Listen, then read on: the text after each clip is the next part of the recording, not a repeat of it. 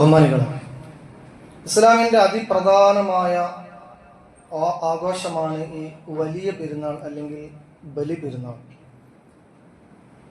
ഇസ്ലാമിലെ ഓരോ ആഘോഷങ്ങളും ആരാധനയിൽ അധിഷ്ഠിതമാണ്. ആരാധനയുമായി തട്ടിച്ചും ബന്ധിപ്പിച്ചുമാണ് ഇസ്ലാമിലെ ഓരോ ആഘോഷങ്ങളും ഉള്ളത് എന്ന് നമുക്കറിയാം. നമ്മുടെ നാടുകളിൽ ധാരാളം ആഘോഷങ്ങൾ നമ്മൾ കാണുന്നുണ്ട്. അത്തരം ആഘോഷങ്ങളെ നാം പരിശോധിച്ചാൽ അതെല്ലാം ഒരു പ്രദേശത്തിന്റെ, ഒരു വിശ്വാസത്തിന്റെ, അല്ലെങ്കിൽ ഏതെങ്കിലും ഒരു കെട്ടുകഥകളുടെയോ അന്ധവിശ്വാസത്തിന്റെയോ അടിസ്ഥാനത്തിൽ രൂപപ്പെട്ടു വന്ന ഒന്നാണെന്ന് നമുക്ക് കണ്ടെത്താൻ സാധിക്കും. ഏത് ആഘോഷമാണ് പരിശോധിച്ചാൽ. എന്നാൽ ഇസ്ലാമിന്റെ ആഘോഷങ്ങൾ ഒരു കെട്ടുകഥയുടെ പിന്നാമ്പുറം പിടിച്ചു വന്ന ഒന്നല്ല. ഓരോ ആഘോഷങ്ങൾക്കും കൃത്യമായ ലക്ഷ്യമുണ്ട്. അതിന് ചില വസ്തുതകളുടെ ചരിത്രപരമായ പിൻബലവുമുണ്ട്. അങ്ങനെ ചരിത്രപരമായ വസ്തുതകളുടെ പിൻബലത്തിന്റെ അടിസ്ഥാനത്തിൽ ആഘോഷിക്കപ്പെടുന്ന ഒരു ആഘോഷമാണ് വലിയ പെരുന്നാൾ. നമുക്കറിയാം, മഹാനായ ഇബ്രാഹിം മകൻ ഇസ്മായിൽ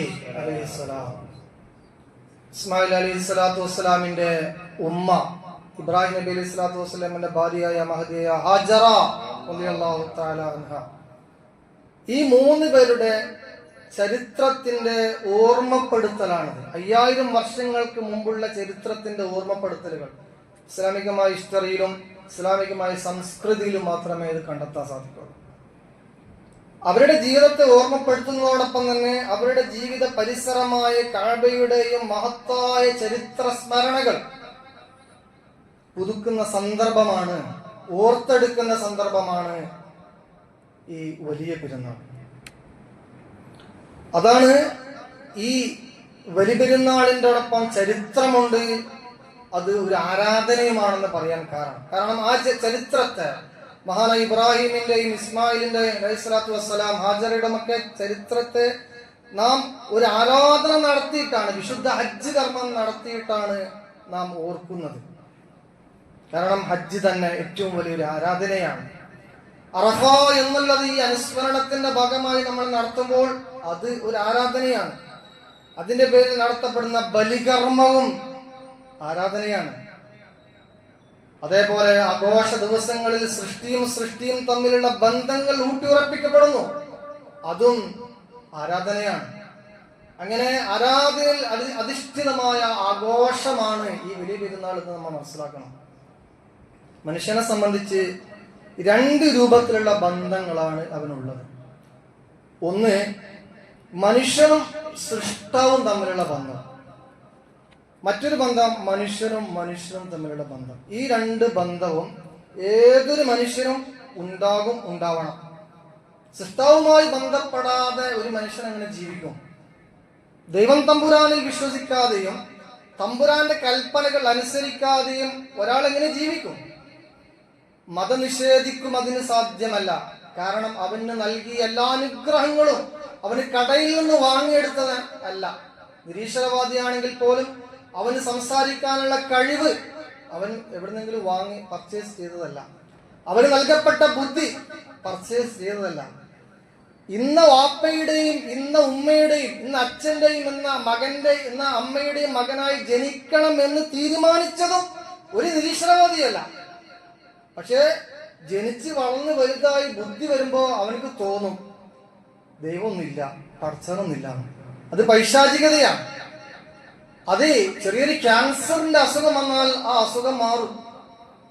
ശരീരത്തിൽ നിന്ന് എന്തെന്നറിയാത്ത ഒരു രോഗാവസ്ഥ വന്നു കഴിഞ്ഞാൽ ആ അസുഖം മാറും. പിന്നെ അവൻ അയ്യോ അയ്യോ എന്ന് വിളിക്കും. ഈ അയ്യോ അയ്യോ എന്ന് വിളിക്കുന്നത് പ്രപഞ്ച സൃഷ്ടാവായ ഒരു ശക്തി അവനെ നിയന്ത്രിക്കുന്നുണ്ട് എന്നതിന്റെ തെളിവാണ്. അതുകൊണ്ട് തന്നെ സൃഷ്ടിയും സൃഷ്ടാവും തമ്മിലുള്ള ബന്ധം അത് ഒരു മനുഷ്യനെ സംബന്ധിച്ച്, പ്രത്യേകിച്ച് ഒരു വിശ്വാസിയെ സംബന്ധിച്ചിടത്തോളം അനിവാര്യമാണ്. മറ്റൊന്ന്, മനുഷ്യനും തമ്മിലുള്ള ബന്ധമാണ്. ഈ സൃഷ്ടാവിലേക്ക് മനുഷ്യൻ അടുക്കുന്നത് മനുഷ്യനുമായി ബന്ധപ്പെട്ടിട്ടാണ്.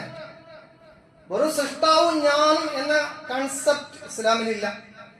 അതാണ് പൗരോഹിത്യം എന്നും ബ്രഹ്മചര്യം എന്നൊക്കെ അതിന് പറയും.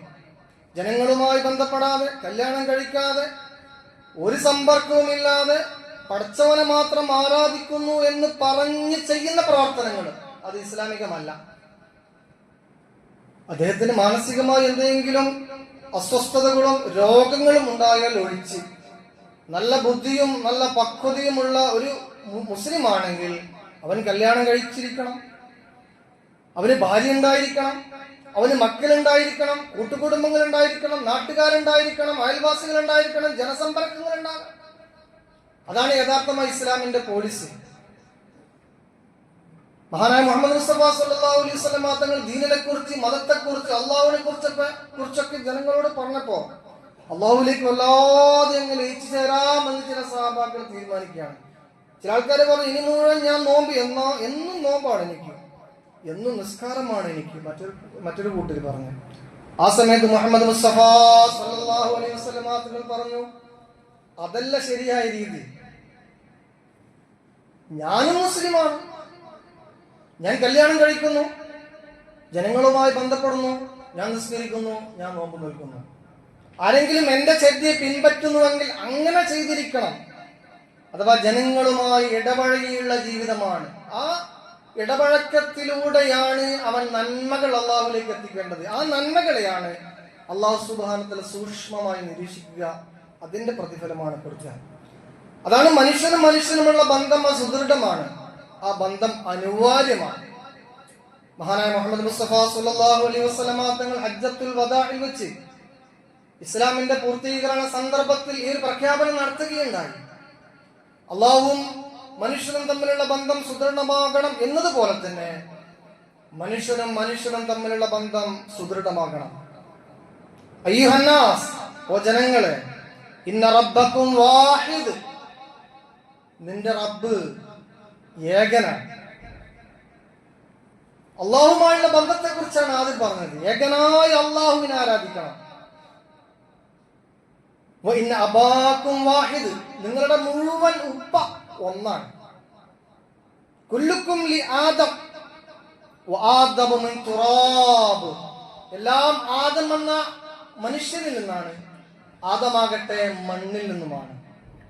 ഈ ഒരു വാക്യത്തിൽ മനുഷ്യനും തമ്മിലുള്ള ബന്ധവും മനുഷ്യനും സൃഷ്ടാവായ അള്ളാഹുവും തമ്മിലുള്ള ബന്ധം മുഹമ്മദ് മുസ്തഫ സല്ലല്ലാഹു അലൈഹി വസല്ലം തങ്ങൾ വരച്ചു കാണിക്കുകയാണ്. എന്നിട്ട് പറയാണ്, മനുഷ്യനും തമ്മിലുള്ള ബന്ധം എങ്ങനെയാകണം? നിങ്ങളിൽ വലുപ്പ ചെറുപ്പമൊന്നുമില്ല കേട്ടോ. എല്ലാവരും മണ്ണിൽ നിന്ന് സൃഷ്ടിക്കപ്പെട്ട ആദമിൽ നിന്നുള്ളതാണ്. ഇനിയോ നിങ്ങളുടെ മടക്കം മണ്ണിലേക്കാണ്. എല്ലാവരും മണ്ണിൽ നിന്ന് സൃഷ്ടിക്കപ്പെട്ടു, എല്ലാവരും മണ്ണിലേക്ക് മടങ്ങാണ്. കബറിലേക്ക് കൊണ്ടുപോയി വെക്കും എല്ലാവരെയും. മണിമാളികകളിൽ കടന്നുറങ്ങി കോടീശ്വരനായ ആള് മരിച്ചാലും അവനെ പ്രത്യേകിച്ച് AC അറകളിലല്ല കൊണ്ടുപോയി വെക്കുന്നത്. അവന്റെ വീടിന് സമാനമായ AC അറകൾ മൈതാനിയിൽ കുഴിച്ചിട്ട് അവിടെയല്ല കൊണ്ടുപോയി വെക്കുക. സാധാരണക്കാരനായ പട്ടിണി പാവത്തെ വെക്കുന്നത് പോലെ തന്നെയാണ് പണക്കാരനായ ആളെയും വെക്കുന്നത്. പണക്കാരനായ ആളായതുകൊണ്ട് പ്രത്യേകിച്ച് കഫം പുടവ അവിടെ ഇല്ല. അവൻ പേരും പ്രശസ്തിയുമുള്ള വലിയ നേതാവായത് അവിടെ പരിഗണനയിലില്ല. രാജ്യം ഭരിക്കുന്ന സുൽത്താനായത് പരിഗണനയില്ല. രാജ്യം ഭരിക്കുന്ന സുൽത്താനും ചക്രവർത്തിയും പ്രധാനമന്ത്രിയും ആരാവട്ടെ, ജീവൻ പോയാൽ സമാൻ കൊണ്ടുപോയി വെക്കുന്നത് മണ്ണിലാണ്. ആ മണ്ണ് ഒരു സ്വഭാവം ഉണ്ട്. മണ്ണിന് നിശ്ചിത സമയം കഴിഞ്ഞാൽ അത് ഈ ബോഡിയെ വലിച്ചെടുക്കും. മണ്ണിലേക്ക് ലയിപ്പിക്കും. അഹങ്കരിച്ചിരുന്ന കണ്ണുകൾ, മുഖം, ഹൃദയം, ശരീരം ഒന്നും കുറച്ച് ദിവസം കഴിഞ്ഞാൽ അവിടെ കാണൂല, സമമാണ്. അതാണ് കുല്ലു, എല്ലാം ആദമിൽ നിന്നാണ്, ആദമ മണ്ണിൽ നിന്നാണ്, നിങ്ങളുടെയൊക്കെ മടക്കം മണ്ണിലേക്കാണ്. അതുകൊണ്ട് നിങ്ങൾ തുല്യരാണ്. അഥവാ മനുഷ്യൻ എന്ന് പറയുന്നത് തുല്യരാണ്. അവർക്ക് പ്രത്യേകിച്ച് പടച്ചവന്റെ അടുത്ത് പ്രത്യേക വിഭാഗക്കാർക്ക് ഒരു സ്ഥാനമില്ല. അഥവാ പണത്തിന്റെ പേരിൽ ഇല്ല സ്ഥാനം, അധികാരത്തിന്റെ പേരിൽ ഇല്ല സ്ഥാനം, അല്ലെങ്കിൽ കുടുംബ മഹിമയുടെ പേരിൽ അള്ളാഹുവിന്റെ അടുക്കൽ സ്ഥാനമില്ല. ഇന്ന രാജ്യക്കാരനായതിന്റെ പേരിൽ അള്ളാഹുവിന്റെ അടുക്കൽ സ്ഥാനമില്ല. ഇന്ന ഭാഷ സംസാരിക്കുന്നവനായതുകൊണ്ട് അള്ളാഹുവിന്റെ അടുക്കൽ സ്ഥാനമില്ല. മുഹമ്മദ് മുസ്തഫ സല്ലല്ലാഹു അലൈഹി വസല്ലം തങ്ങൾ പറയുന്നു, ഇന്ന അക്രമക്കും ഇൻദല്ലാഹി അത്ഖാക്കും. പക്ഷേ ഒരു കൂട്ടർക്ക് അള്ളാഹുവിന്റെ അടുക്കൽ സ്ഥാനമുണ്ട്, അത് ഹൃദയം നന്നായവരാണ്. അള്ളാഹു അക്കൂട്ടത്തിൽ നമ്മെ പെടുത്തട്ടെ. നമ്മുടെ വേഷമല്ല, നമ്മുടെ ഭാഷയല്ല, നമ്മുടെ സംസ്കാരമല്ല, നമ്മുടെ ധനമല്ല, ഒന്നുമല്ല. ഈ ഹൃദയാന്തരങ്ങളിൽ സൂക്ഷിക്കപ്പെട്ട ഈമാൻ എന്ന കാര്യമാണ്, തഖ്വ എന്ന കാര്യമാണ് അല്ലാഹു തആല നോക്കുന്നത്. മനുഷ്യനുമായി ബന്ധപ്പെടുമ്പോൾ നാം രൂപപ്പെടുത്തേണ്ട കാഴ്ചപ്പാടാണ് മുഹമ്മദ് മുസ്തഫ സല്ലല്ലാഹു അലൈഹി വസല്ലം തങ്ങൾ പറയുന്നത്. ഇല്ലാ ബിത്തഖ്വ, തഖ്വയാണ്. എന്നിട്ട് കൂട്ടിച്ചേർക്കുന്നു മുഹമ്മദ് മുസ്തഫ, വലൈസ ലി അറബിയിൻ, അറബിക്കില്ല അലാ അജമിയിൻ ഫദ്ലുൻ. അറബി സംസാരിക്കുന്ന ഖുറൈശിയായ തറവാട്ടുകാരായ ആൾക്ക് ബിലാലിനേക്കാൾ സ്ഥാനമില്ല. എന്ത് വലിയ പ്രഖ്യാപനാണത്. അതേപോലെ തന്നെ വല ലി അബിയല അല അസ്വദ്, വെളുത്തവന് കറുത്തവനേക്കാൾ സ്ഥാനമില്ല. ഇല്ലാ ബിത്തഖ്വ, തഖ്വ കൊണ്ടല്ലാതെ. അതാണ് മനുഷ്യനും തമ്മിലുള്ള ബന്ധം, മനുഷ്യനോടുള്ള കാഴ്ചപ്പാട് അതാണ്. എല്ലാവരും മനുഷ്യരാണ്. എന്നൊരു സഹോദരൻ ചോദിച്ചു, അവിശ്വാസിയായ ആളെ സ്പർശിച്ചാൽ വുളു മുറിയോ? ഇങ്ങനെയുള്ള ഇസ്ലാം മതം അങ്ങനെ പറയില്ലല്ലോ. സഹോദരൻ നേരിയ സംശയമാണ്. അവിശ്വാസിയെ സ്പർശിച്ചാൽ വുളു മുറിയോ? അങ്ങനെ ഒന്നുണ്ടോ ഇസ്ലാമിൽ? അവിശ്വാസിയെ സ്പർശിക്കരുത് എന്നുണ്ടോ? അവിശ്വാസിയുടെ കൂടെ ഭക്ഷണം കഴിക്കരുത് എന്നുണ്ടോ? അവിശ്വാസിയുമായി ഷെയർ ബിസിനസ് നടത്തരുത് എന്നുണ്ടോ? അവിശ്വാസിയുമായി യാത്ര പോകാൻ പാടില്ല എന്നുണ്ടോ? ഒന്നും ഇസ്ലാമിലില്ല. പ്രിയപ്പെട്ട മുഹമ്മദ് മുസ്തഫ സല്ലല്ലാഹു അലൈഹി വസല്ലമ മക്കയിൽ നിന്ന് മദീനയിലേക്ക് ഹിജ്റ പോകുന്ന സന്ദർഭത്തിൽ അലി ഇബ്നു അബി ത്വാലിബ് റളിയല്ലാഹുവിന്റെ കയ്യിൽ കൊടുത്തയച്ച ചില മുതലുകളുണ്ട്. ആ മുതലുകൾ ആരുമായി ബന്ധപ്പെട്ട മുതലുകളാണ്? ഇസ്ലാമിന്റെ അന്നത്തെയും ഇന്നത്തെയും ബദ്ധവൈരികളായ ശത്രുക്കളായ യഹൂദികളുടെ മുതലായിരുന്നു. ആലോചിച്ചു നോക്കൂ. ശത്രുത പ്രത്യയശാസ്ത്രപരമായി ഉണ്ടാകും. പ്രത്യയശാസ്ത്രപരമായ ശത്രുത പക്ഷെ വ്യക്തിപരമായ ജീവിതത്തിലും ഇടപഴക്കത്തിലും ഉണ്ടാകാൻ പാടില്ല. നമ്മുടെ ഡയറക്റ്റ് ശത്രുവാണെങ്കിൽ അവനെ ശത്രുവായിട്ട് നമ്മൾ കാണണം.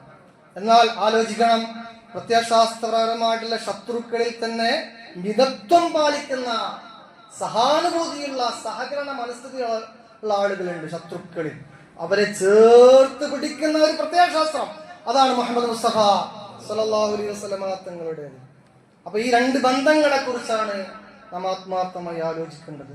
അവിടെ അള്ളാഹുമായി ബന്ധത്തിൽ നാം സൂക്ഷ്മമായി ചിന്തിക്കേണ്ടത് അള്ളാഹുവിന്റെ ഏകത്വം സമ്മതിക്കുക എന്നുള്ളതാണ്. അയ്യുഹന്നാസ് ഇന്ന റബ്ബക്കും വാഹിദ്.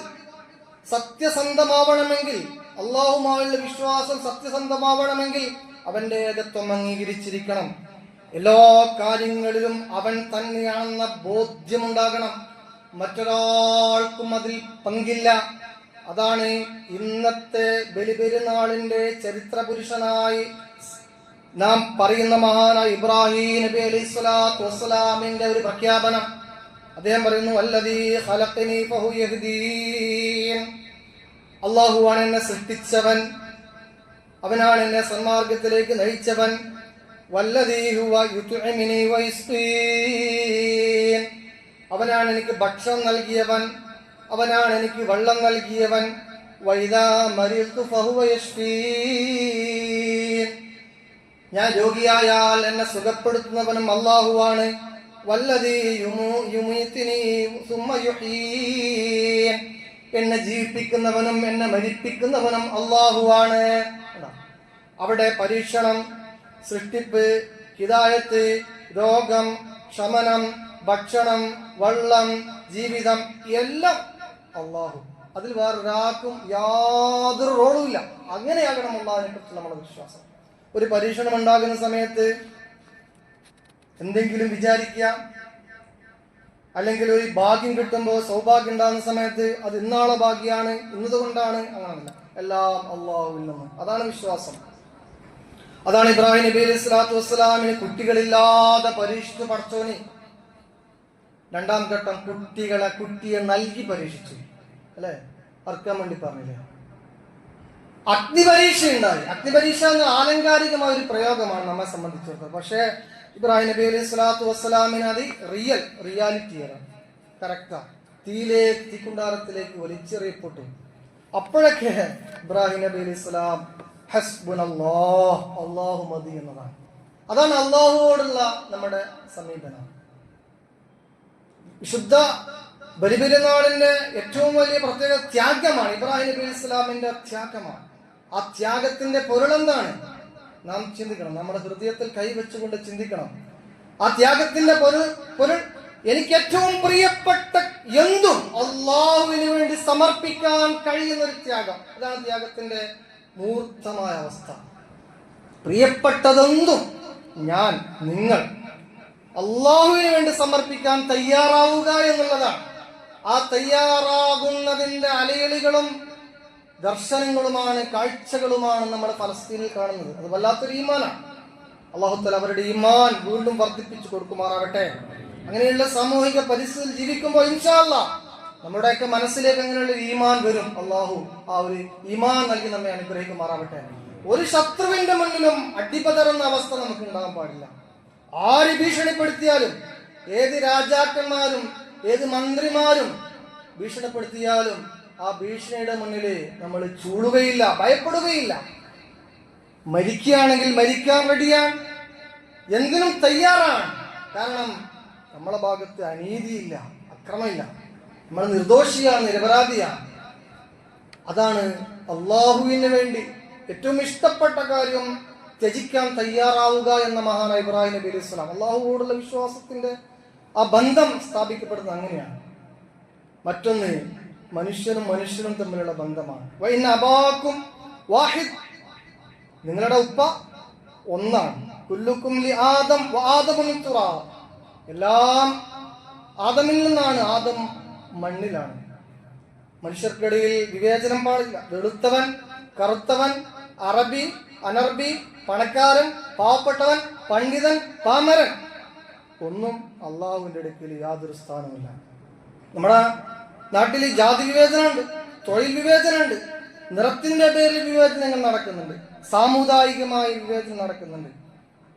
ഒന്നും തന്നെ വിശുദ്ധ ഇസ്ലാമിനെ സംബന്ധിച്ചിടത്തോളം അത് സമ്മതിക്കാത്തൊരു കാര്യമാണ്. മനുഷ്യർക്കിടയിൽ വിവേചനം പാടില്ല. മലയാളത്തിലെ പുതിയ റാപ്പ് സംഗീതങ്ങളെ കുറിച്ച് നമ്മൾ കേട്ടിട്ടുണ്ട്. പുതിയ താരങ്ങളും ഉയർന്നു വരുന്നുണ്ട്. അവർ ഉയർന്നു വന്ന ഒരു സാമൂഹിക ചുറ്റുപാട് നമ്മളൊന്ന് പരിശോധിച്ച് നോക്കൂ. ഞാൻ പാണനല്ല, പുലയനല്ല, നീ തമ്പുരാനുമല്ല എന്ന് പാടേണ്ടി വരികയാണ് നമ്മുടെ നാട്ടിലെ സാംസ്കാരിക കേരളത്തിലെ ചില ആളുകൾക്ക്. അഥവാ ചില തമ്പുരാന്മാരുടെ അരങ്ങേറ്റം ഇന്നും നമ്മൾക്കിടയിൽ ഉണ്ട് എന്നുള്ള ഒരു യാഥാർത്ഥ്യം നമ്മൾ മനസ്സിലാക്കണം. പഴകിപ്പിടിച്ച ഉച്ചനീചത്വത്തിന് ഇന്നും ആളുകളുണ്ട്. ഞങ്ങൾ പറയും, നിങ്ങളത് കേട്ടുകൊള്ളണം എന്നാണ് അവർ പറഞ്ഞുകൊണ്ടിരിക്കുക. ഞങ്ങൾ കൽപ്പിക്കും, നിങ്ങൾ അനുസരിക്കണം, ഞങ്ങൾക്ക് ഇഷ്ടമുള്ളത് നീ ചെയ്യണം, ഞങ്ങൾക്ക് ഇഷ്ടമില്ലാത്തത് നീ കഴിക്കരുത്. അതാണ് ഭക്ഷണത്തിൽ കൈവെക്കുന്നത്, അതുകൊണ്ടാണ്. നമ്മുടെ യാത്രയിൽ കൈവെക്കുന്നത് അതുകൊണ്ടാണ്.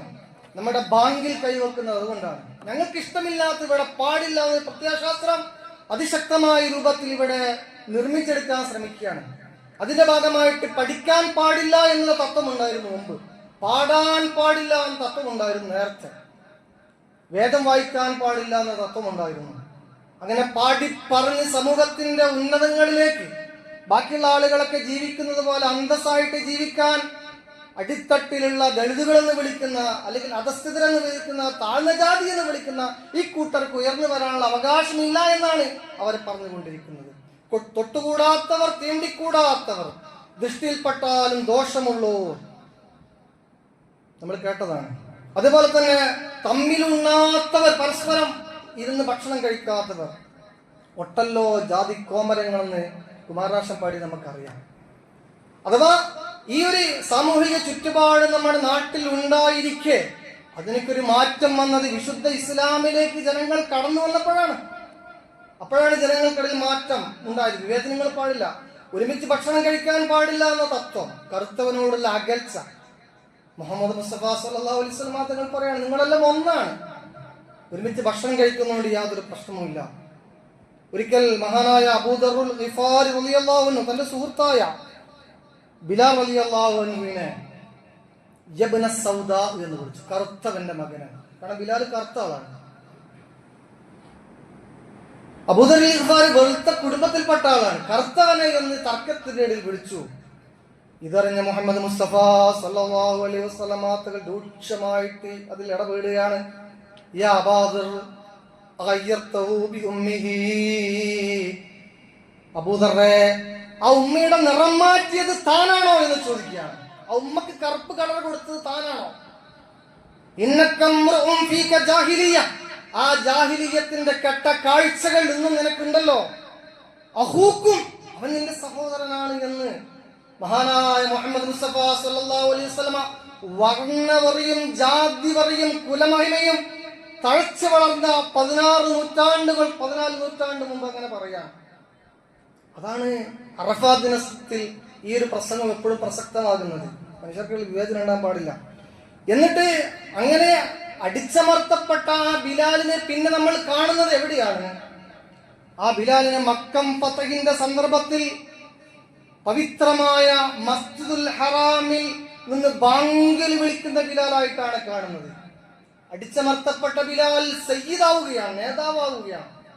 ഇത്ര സുന്ദരമായ ആശയമാണ്, ഇത്ര സുന്ദരമായ ആദർശമാണ് മുഹമ്മദ് മുസ്തഫ സല്ലല്ലാഹു അലൈഹി വസല്ലം. ഇതിനെക്കുറിച്ച് ഉമർ ഖത്താബ് റളിയല്ലാഹു അൻഹു പറയും, യഖൂൽ അബൂബക്കർ സയ്യിദുന, അബൂബക്കർ നമ്മുടെ നേതാവാണ്. വഅൽതക സയ്യിദന, അദ്ദേഹം നമ്മുടെ നേതാവിനെ മോചിപ്പിച്ചിരിക്കുന്നു. നമ്മുടെ നേതാവ് എന്ന് പറഞ്ഞാൽ യാനി ബിലാൽ റളിയല്ലാഹു അൻഹു. ബിലാൽ റളിയല്ലാഹു അൻഹു സദസ്സിലേക്ക് കയറി വരുമ്പോൾ മുഹമ്മദ് അബൂബക്കർ സിദ്ദീഖ് റളിയല്ലാഹു അൻഹു അതുപോലെ തന്നെ ഉമർ ഖത്താബ് റളിയല്ലാഹു അൻഹു എഴുന്നേറ്റ് നിൽക്കുമത്രേ. ഹദീസിൽ കാണാം, ജാഅ സയ്യിദുനാ ബിലാൽ. ഉമർ ഖത്താബ് റളിയല്ലാഹു അൻഹു, ദാ നമ്മുടെ നേതാവ് ബിലാൽ വന്നു. കറുത്തവൻ. ആലോചിച്ച് നോക്കൂ നിങ്ങൾ, എത്ര വർഷങ്ങൾ, 14 നൂറ്റാണ്ടുകൾക്കപ്പുറം മുഹമ്മദ് മുസ്തഫ സല്ലല്ലാഹു അലൈഹി വസല്ലം തങ്ങൾ ഈ രൂപത്തിലാകണം മനുഷ്യരെ നിങ്ങൾ ചിന്തിക്കേണ്ടത്. ദളിതനായി പോയതിന്റെ പേരിൽ, കറുത്തവനായി പോയതിന്റെ പേരിൽ, താഴ്ന്ന ജാതിയായി പോയതിന്റെ പേരിൽ വിവേചനം പാടില്ല. അല്ലെങ്കിൽ ആരാ താഴ്ന്ന ജാതി, ദളിതൻ, മൂത്തവൻ എന്നൊക്കെ ആരാ പേരിട്ടത്? അതൊക്കെ മനുഷ്യന്മാരിട്ടതാണ്. അവരുടെ അഭീഷ്ടകൾക്ക് വേണ്ടി, അവരുടെ താല്പര്യങ്ങൾക്ക് വേണ്ടി, അവരുടെ അധികാരങ്ങൾക്ക് വേണ്ടി, അവരുടെ സ്ഥാനമാനങ്ങൾക്കും പണം സമ്പാദിക്കാനും വേണ്ടി. അത് ഇസ്ലാം അതിനോട് പ്രോത്സാഹിപ്പിക്കുന്നില്ല. എന്നിട്ട് നബി സല്ലല്ലാഹു അലൈഹി വസല്ലം തങ്ങൾ പറഞ്ഞു, അലാ ഓർക്കണം, ഇന്ന കുല്ല ശൈഇൻ മിൻ അംരിൽ ജാഹിലിയ, ജാഹിലിയത്തിന്റെ എല്ലാ കെട്ട കാഴ്ചകളും ഞാൻ തഹ്ത ഖദമി മൗദൂഉ, എന്റെ കാലിന്റെ ചുവട്ടിൽ ഞാൻ കുഴിച്ചിട്ടിരിക്കുന്നു എന്ന് മുഹമ്മദ് മുസ്തഫ സല്ലല്ലാഹു അലൈഹി വസല്ലം. മനുഷ്യർക്കിടയിൽ വിവേചനങ്ങൾ പാടില്ല. അതാണ് യാ അയ്യുഹന്നാസു ഇന്നാ ഖലഖനാകും മിൻ ദക്കരിൻ വ ഉൻസാ വജഅൽനാകും ശുഊബൻ വഖബാഇൽ ലിതആറഫൂ ഇന്ന അക്രമകും ഇൻദല്ലാഹി യതഖാകും ഇന്നല്ലാഹ അലീമുൻ ഖബീർ. മനുഷ്യർ നിങ്ങളെല്ലാം ഒരാണിൽ നിന്നും ഒരു പെണ്ണിൽ നിന്നുമാണ്. അപ്പോ അവിടെ തഖ്വ മാത്രമാണ് പ്രധാനം. ഇല്ലാ ബിത്തഖ്വ, ആ സന്ദേശമാണ് നാം ഉൾക്കൊള്ളേണ്ടത്.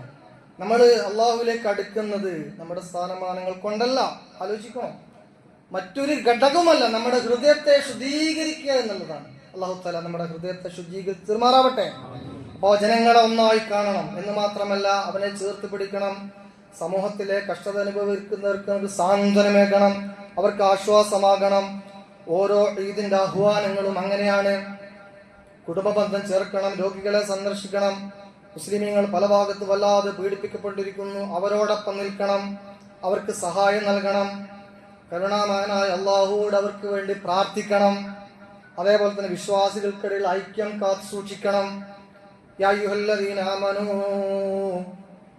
ഓ സത്യവിശ്വാസികളെ, വഅതസിമൂ ബിഹബിലില്ലാഹി ജമീഅൻ വലാ തഫറഖൂ, നിങ്ങൾ ഏകോദര സഹോദരങ്ങളായി തോൾ ചേർന്ന് കൊണ്ട് പ്രവർത്തിക്കണം. ഈ ആഹ്വാനങ്ങളൊക്കെയാണ് ഈ പെരുന്നാളിന്റെ സന്ദേശമായി നാം ഉൾക്കൊള്ളേണ്ടത്.